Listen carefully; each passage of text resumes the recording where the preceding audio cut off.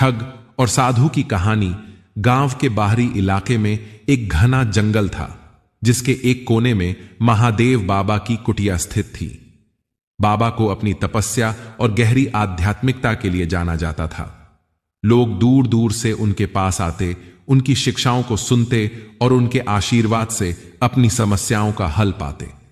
लेकिन इस गांव के शांत जीवन में एक तूफान तब आया जब एक कुख्यात ठग रणवीर उस इलाके में पहुंचा।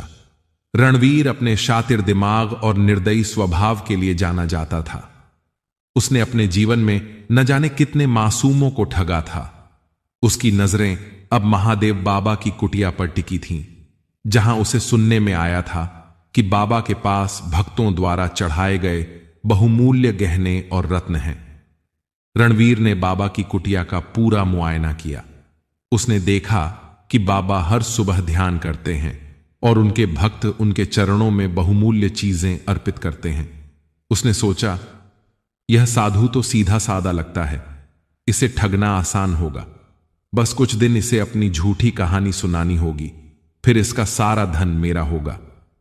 अगले दिन रणवीर बाबा की कुटिया पहुंचा। वह थका और परेशान दिखने की कोशिश करते हुए बोला, बाबा, मैं पाप का बोझ लेकर आया हूं। मेरा जीवन बर्बाद हो चुका है, मुझे आपकी शरण चाहिए। महादेव बाबा ने उसकी आंखों में गहरी नजर डाली। वह समझ गए कि रणवीर की नीयत साफ नहीं है, लेकिन फिर भी उन्होंने उसे कुटिया में रहने की अनुमति दे दी। बाबा ने सोचा, हर आत्मा में बदलाव का बीज छिपा होता है, यह व्यक्ति भी बदल सकता है। रणवीर ने कुटिया में रहना शुरू कर दिया। वह दिखाने के लिए बाबा के साथ ध्यान करता, लेकिन उसका असली मकसद बाबा की संपत्ति तक पहुंचना था। उसने बाबा के व्यवहार और उनकी आदतों का गहराई से अध्ययन किया। एक रात जब सभी भक्त कुटिया छोड़ चुके थे और बाबा ध्यान में लीन थे, रणवीर ने चुपके से उस कमरे की ओर रुख किया जहां बाबा अपनी चीजें रखते थे। उसे वहां सोने चांदी के सिक्के, बहुमूल्य पत्थर और गहनों से भरी हुई कई पोटलियां दिखीं। रणवीर की आंखों में लालच का सागर उमड़ पड़ा। उसने मन ही मन सोचा, इतनी दौलत तो मैंने कभी सपने में भी नहीं देखी। अगर मैं इसे ले जाऊं तो मेरी जिंदगी स्वर जाएगी। जैसे ही उसने पोटली उठाई, पीछे से बाबा की शांत आवाज सुनाई दी, रणवीर, इस धन से तुम्हें सुकून नहीं मिलेगा, यह लोभ तुम्हें और गहराई में ले जाएगा। रणवीर चौंक कर पीछे मुड़ा। बाबा वहां खड़े मुस्कुरा रहे थे। रणवीर ने पहली बार खुद को असहाय महसूस किया। उसने डरते हुए कहा, बाबा, मैं जानता हूं कि मैंने पाप किए हैं, लेकिन यह सब मेरी मजबूरी थी। गरीबी ने मुझे ठग बना दिया। बचपन में मैंने अपने माता पिता को भूख से तड़पते देखा। तब से मैंने कसम खाई कि मैं कभी गरीब नहीं रहूंगा। बाबा ने गंभीर स्वर में कहा, लेकिन तुमने अपनी गरीबी का बदला उन मासूमों से लिया जिनका तुमसे कोई संबंध नहीं था। क्या इससे तुम्हें सुख मिला? रणवीर चुप हो गया। वह समझ गया कि उसकी आत्मा का हर कोना बाबा की नजरों से छिपा नहीं है।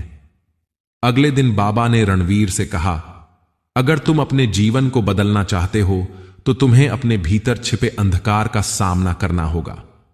उन्होंने रणवीर को जंगल के अंदर एक प्राचीन गुफा की ओर ले जाया। गुफा के मुंह पर बाबा ने रुककर कहा, इस गुफा में प्रवेश करने वाला हर व्यक्ति अपने अतीत और कर्मों का सामना करता है। अगर तुम सच में बदलना चाहते हो तो इस गुफा में जाओ, लेकिन ध्यान रहे, यहां से सिर्फ वही लौटता है जो अपने डर और लालच पर विजय पाता है। रणवीर ने हिम्मत जुटाकर गुफा में कदम रखा। अंदर घना अंधकार था। अचानक उसे अपनी ठगी के सारे दृश्य दिखने लगे। उसने देखा कि जिन लोगों को उसने ठगा था वे कितने दुखी और बर्बाद हुए थे। उनकी चीखें और आंसू उसके कानों में गूंजने लगे। रणवीर ने महसूस किया कि उसने सिर्फ दूसरों को नहीं बल्कि अपनी आत्मा को भी ठगा है। वह चिल्लाया, बाबा, मुझे बचा लीजिए, मैं अब और यह बोझ नहीं सह सकता। वह गुफा से बाहर निकला और बाबा के चरणों में गिर पड़ा। रणवीर ने बाबा से कहा, मैं अब बदलना चाहता हूं, लेकिन क्या मेरे पुराने पाप मुझे माफ कर देंगे? बाबा ने कहा, तुम्हारे पाप तुम्हारे कर्मों से मिटेंगे, सत्य और धर्म के मार्ग पर चलो। रणवीर ने ठगी छोड़ दी और बाबा के साथ कुटिया में सेवा करने लगा, लेकिन उसकी पुरानी संगत ने उसे नहीं छोड़ा। एक रात रणवीर के ठगी के साथी उसकी तलाश करते हुए कुटिया तक पहुंचे। उन्होंने बाबा के पास मौजूद बहुमूल्य रत्न और गहनों को लूटने की योजना बनाई। रणवीर ने उन्हें रोकने की कोशिश की, लेकिन वे नहीं माने। ठगों ने कुटिया पर हमला कर दिया। रणवीर ने अपनी जान की परवाह किए बिना बाबा और कुटिया की रक्षा की। ठगों ने उस पर हमला किया, जिससे वह गंभीर रूप से घायल हो गया। बाबा ने अपनी आध्यात्मिक शक्ति से ठगों को वहां से भगा दिया, लेकिन रणवीर की हालत बहुत खराब थी।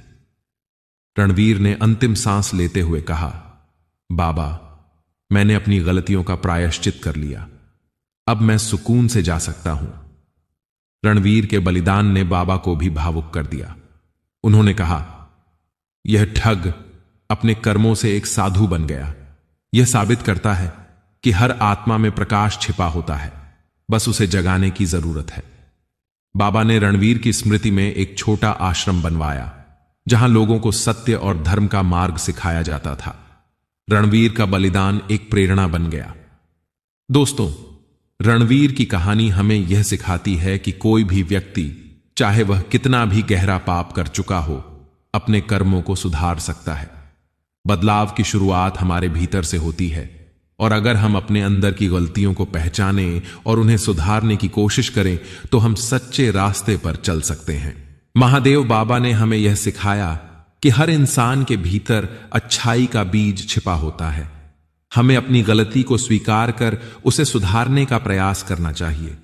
जीवन में सच्चाई, त्याग और आत्मनिरीक्षण से ही हम खुद को और समाज को बेहतर बना सकते हैं। आशा है इस कहानी से आप सभी को प्रेरणा मिली होगी। अगर आपको यह कहानी पसंद आई हो तो कृपया हमारे चैनल इंस्पायर रजरम को सब्सक्राइब करें और अपने दोस्तों के साथ शेयर करें। कमेंट बॉक्स में अपनी राय जरूर बताएं। हमेशा याद रखें, सच्चाई और धर्म के रास्ते पर चलकर ही जीवन में सुख, शांति और संतोष मिलता है। धन्यवाद।